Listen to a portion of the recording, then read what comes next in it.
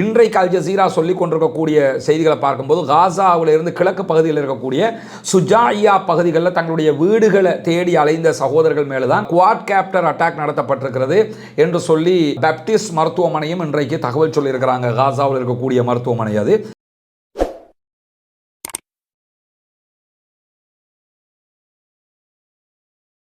அன்பிற்கினிய சகோதர சகோதரிகளை நம் அனைவர் மீதும் ஏக இறைவனுடைய அமைதியும் கருணையும் உண்டாகட்டுமாக என்கிற பிரார்த்தனைகளோடு கிட்டத்தட்ட 2 ஆண்டுகளாக நடைபெற்று வந்த பாலஸ்தீனத்தினுடைய காசா மீதான இஸ்ரேலிய ஆக்கிரமிப்பு இராணுவத்தினுடைய தாக்குதல்கள் தற்போது முடிவுக்கு வந்திருக்கின்றன. இந்த யுத்தம் நிறுத்தப்பட்டாலும் இஸ்ரேலுடைய காசா மக்கள் மீதான தாக்குதல்கள் முற்றுமுழுதாக நின்று விட்டதா என்று பார்த்தோம்னா அப்படி நின்ற மாதிரி தெரியலை.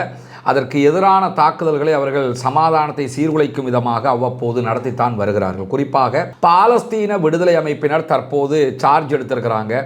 அவங்களுடைய எது எல்லையாக இருக்கிறதோ அந்த எல்லை முழுவதும் பாலஸ்தீன விடுதலை அமைப்பினுடைய லோக்கல் அத்தாரிட்டிஸ் பாதுகாப்பை பலப்படுத்தியிருக்கிறாங்க.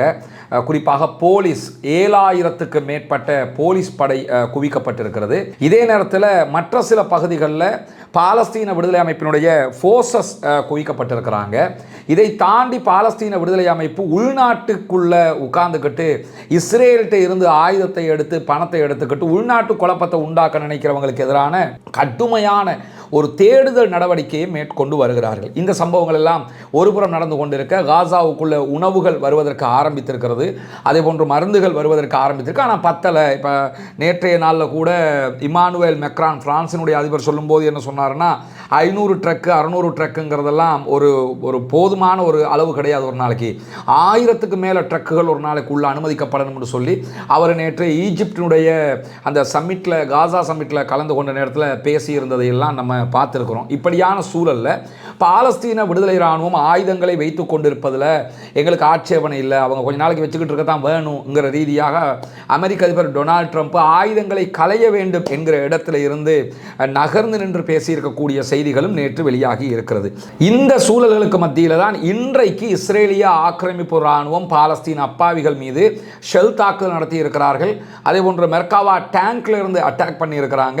அதே நேரத்தில் குவாட் கேப்டர் அட்டாக்கும் பண்ணியிருக்கிறாங்க. குவாட் கேப்டர் அட்டாக்னா யஹியா சின்வார் அவங்களை கொல்லும்போது அவங்க அந்த தாக்கு நடத்தினாங்கல்ல, ட்ரோன் மாதிரி பறந்து வந்து அதிலிருந்து அட்டாக் பண்ணும், அது குவாட் கேப்டர் அட்டாக்னு சொல்லுவாங்க.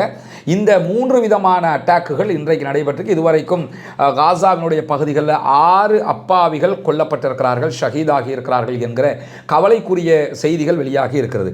இந்த அத்தனை பேருமே யாருன்னு கேட்டிங்கன்னு சொன்னால் இப்போ தங்களுடைய இடங்களை தேடி அலைகிற மக்கள். என்னுடைய வீடு இங்கே தான் இருந்துச்சுன்னு தேடுவாங்க. வீடு இப்போ இருக்காது. அப்பார்ட்மெண்ட்டில் இருந்திருந்தாங்கன்னா கிரவுண்ட் ஃப்ளோர் மட்டும்தான் இருக்கும், கிரவுண்டு இருக்கும், மேலே ஃப்ளோர்கள் எதுவுமே இருக்காது. தங்களுடைய பொருட்களில் ஏதாவது ஒன்றாவது இருக்காதா, மீதம் இருக்காதா என்று தேடுகிற ஒரு சாரார் இருக்கிறாங்க. தங்களுடைய உறவுகளை தேடி அலைகிறவர்கள் இருக்கிறார்கள். கட்டிட இடிபாடுகளுக்குள்ள மகன் இருந்திருப்பார், மகள் இருந்திருப்பாங்க, தகப்பனார் இருந்திருப்பார், பாட்டனார் இருந்திருப்பாங்க. இவங்க உயிரோடு இருக்க மாட்டாங்களா என்று தேடுகிறவர்கள் எல்லாம் இருக்கிறார்கள். உயிரோடு இருப்பாங்களான்னு கேட்டால் 99.99 இந்த யுத்தத்தில் இடிபாடுகளுக்குள் சிக்கியவர்கள் உயிரோடு இருப்பதற்கான வாய்ப்புகள் மிக மிக கம்மி. ஆனால் இந்த யுத்த காலத்திலேயே ஒரு கைக்குழந்தை 38 நாட்களுக்கு பிறகு உயிரோடு மீட்கப்பட்டிருந்தது. இதற்கு முன்பு வெளியான அந்த சமாதான உடன்படிக்கை காலத்தில் அவன் அந்த பிள்ளையை மீட்டெடுத்தாங்க.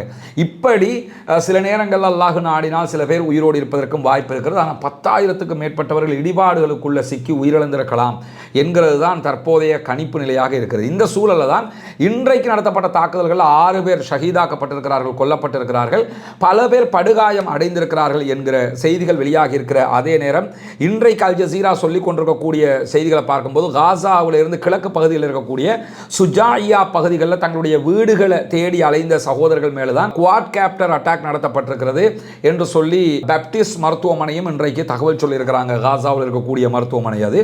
அதே நேரத்தில் இதற்கு இஸ்ரேலிய ஆக்கிரமிப்பு அரசாங்கமும் இராணுவமும் அதுக்கும் ஒரு பதில் சொல்லியிருக்கிறாங்க. அவங்க என்ன சொல்கிறாங்கன்னா, இந்த வந்த அத்தனை பேருமே மஞ்சள் கோட்டை தாண்டுவதற்கு முனைப்பு எடுத்தார்கள். இஸ்ரேல் தற்போது பின்வாங்கி இருக்கக்கூடிய பார்டர் எல்லோ பார்டர்னு சொல்லுவாங்க. முன்னாடி நீங்கள் பார்க்க முடியும் அந்த எல்லோ பார்டர் எப்படி உருவாகுதுன்னு சொல்லி அந்த எங்கே இருந்து பின்வாங்குவாங்கங்கிற காட்சி தான் உங்களுக்கு காட்டப்படுகிறது. அதில் எல்லோ பார்டர் வரைக்கும் இஸ்ரேல் பின்வாங்கி இருக்கு. அந்த எல்லோ கலரில் இருக்கக்கூடிய அந்த பார்டரில் இஸ்ரேல் ஆக்கிரமிப்பு ராணுவம் இருக்கிறது. அதை தாண்டி போனவங்க மேலே தான் அட்டாக் பண்ணுறோம் அப்படிங்கிறாங்க. உண்மை அதுவல்ல. அவங்க அதை தாண்டி எல்லாம் போகல, அப்படி போகவும் மாட்டாங்க. ஆனால் அவர்கள் தங்களுடைய வீடுகளை தேடுவதற்கு போனவர்கள், தங்களுடைய உறவுகளை தேடுவதற்கு போனவங்க, அவங்க மேலே தான் இந்த தாக்குதல்களை நடத்தியிருக்கிறாங்க. ஏன்னா இஸ்ரேலை பொறுத்தவரையில் ஏதோ ஒரு வகையில் பாலஸ்டைன் மக்கள் மேலே குற்றஞ்சாட்டி அல்லது பாலஸ்டைன் ஃபோர்ஸஸ் மேலே குற்றஞ்சாட்டி இந்த யுத்தத்தை மீண்டும் தொடருவதற்கு ரொம்ப முனைப்பெடுப்பாங்கங்கிறது உலகத்துக்கே தெரியும். அந்த அடிப்படையில் தான் இந்த ஏதோ ஒரு வழியை தேடுறதுக்கான தாக்குதல்களை அவர்கள் நடத்துகிறார்கள் என்பதை புரிய முடிகிற அதே நேரத்தில் கான் யூனுஸில் தான் பெரும்பகுதி, கிட்டத்தட்ட பாதி பகுதி இஸ்ரேலுடைய வசம் இருக்கிறது. இந்த கான் யூனுஸில் கிழக்கில் இருக்கக்கூடிய அல் பகாரி என்கிற பகுதிகளிலையும் இன்றைக்கு ட்ரோன் தாக்குதல்கள் நடத்தப்பட்டு அதிலும் ஒரு சகோதரர் கொல்லப்பட்டிருக்கிறார், ஷஹீதாகி இருக்கிறார். ரஃபாவினுடைய வடமேற்கு பகுதிகளில் இன்றைக்கு இஸ்ரேலிய ஆக்கிரமிப்பு ராணுவத்தினுடைய டேங்குகள் அட்டாக் பண்ணி இருக்கிறது. அதிலே பல சகோதரர்கள் படுகாயம் அடைந்திருக்கிறார்கள் என்று அல் ஜசீராவினுடைய பத்திரிகையாளர் அங்கிருந்து தரக்கூடிய செய்திகளை நம்ம பார்க்க முடியும்.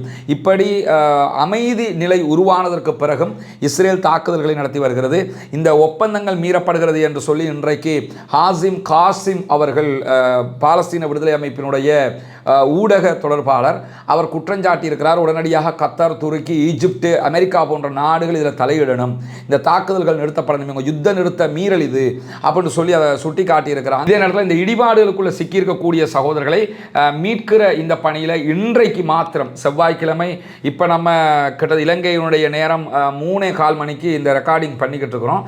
இந்த நேரம் வரைக்கும் 250க்கு மேற்பட்ட அப்பாவிகளுடைய உடல்கள், ஜனாசாக்கள் மீட்கப்பட்டிருக்கிறது என்று சொல்லியும் இந்த உடல்கள் மீட்பு தொடர்பாக கருத்து சொல்லியிருக்கக்கூடிய காசாவினுடைய சிவில் பாதுகாப்பு செய்தி தொடர்பாளர் முகமது ஃபாசில் அவங்க சொல்லும்போது என்ன சொல்கிறாங்கன்னு சொன்னால், இந்த உடல்களில் பெரும்பாலான உடல்கள் வீதியில் வீசப்பட்ட நிலையில் கிடந்தவைகள். ஏன்னா ரோட்டில் போகும்போதே ஷூட் பண்ணியிருப்பாங்க, அதிலே விழுந்து அந்த மக்கள் மரணிச்சிருப்பாங்க, இல்லைனா எங்கேயாவது மரணித்த மக்களுடைய ஜனாசாவை தூக்கி கொண்டாந்து வீசி விட்டு போயிருப்பாங்க. இந்த மாதிரி இஸ்ரேல் செய்த பல அநியாயங்கள் அங்கே அந்த மாதிரி வீதிகளில் இருந்து தான் எடுத்துருக்கிறோம், கட்டிட இடிபாடுகளுக்குள்ளே இருந்து எடுத்தது கிடையாதுன்னு சொல்லிட்டு கிட்டத்தட்ட 10,000க்கு மேற்பட்டவர்கள் இப்படி இடிபாடுகளுக்குள்ளே இருக்கலாம், வீதிகளிலையும் இருக்கலாம், அவர்களையும் எடுத்துக்கொண்டிருக்கிறோம். ரொம்ப கவனமாக இதை செய்கிறோம் என்று சொல்லியிருக்கிறார்கள். அல்லாஹ் மட்டுமே அந்த மக்களை பாதுகாக்க வேண்டும். அமைதி நிலை இருக்கிற நிலையிலும் இஸ்ரேலுடைய அடாவடித்தனம் தொடர்கிறது. அரபு நாடுகள் தலையிட வேண்டும் என்று பாலஸ்தீன விடுதலை அமைப்பு கோரிக்கை விடுத்திருக்கிறது. மேலதிக விளக்கங்களையும் தகவல்களையும் நம்முடைய இரவு அப்டேட்டில் காண தவறாதீர்கள். தொடர்ந்து இணைந்திருங்கள். ரஸ்மின் மைசி நியூஸ் மற்றும் ரஸ்மின் டாக்ஸ் ஆகிய இரு சேனல்களையும் உங்களுக்கு தேவையான தரவுகளை கொண்டு வந்து தருவதற்கு தயாராக இருக்கிறோம். வாஹ்ரத் அவானா அல்ஹம்துலில்லாஹி ரப்பில் ஆலமீன்.